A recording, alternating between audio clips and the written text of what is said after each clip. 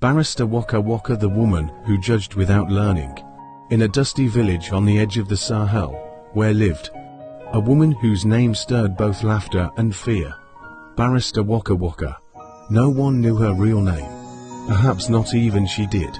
She had earned her nickname from her habit of pacing back and forth in the village square, wagging her crooked finger and issuing loud, unsolicited verdicts on everything from marital disputes to chicken thefts.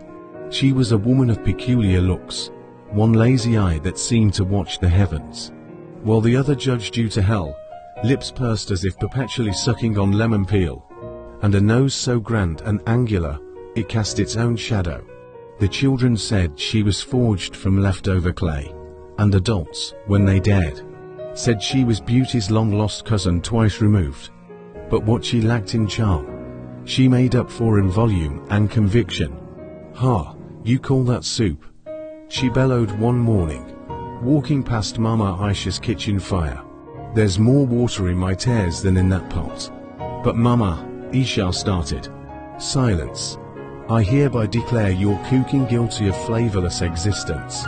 Her voice could peel mangoes.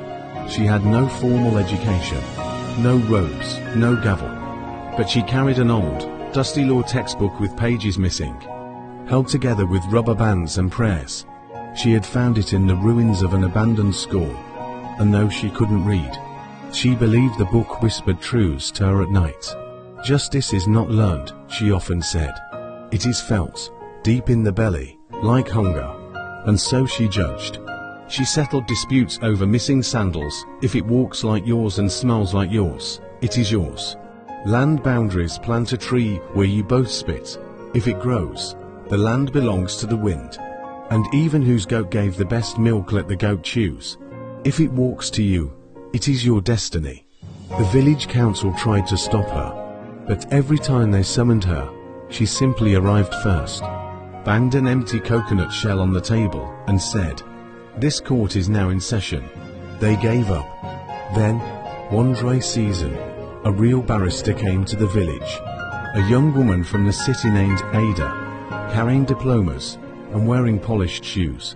She held a seminar under the baobab tree, teaching people about rights and laws and due process. Barrister Waka Waka sat at the back, arms folded like a goat who refused to chew. When Ada was done, she rose, adjusted her faded wrapper, and waddled to the front. "Very good," she said. "You have learning, I have living. Together, we are balanced." She gave Ada a slow, almost respectful nod.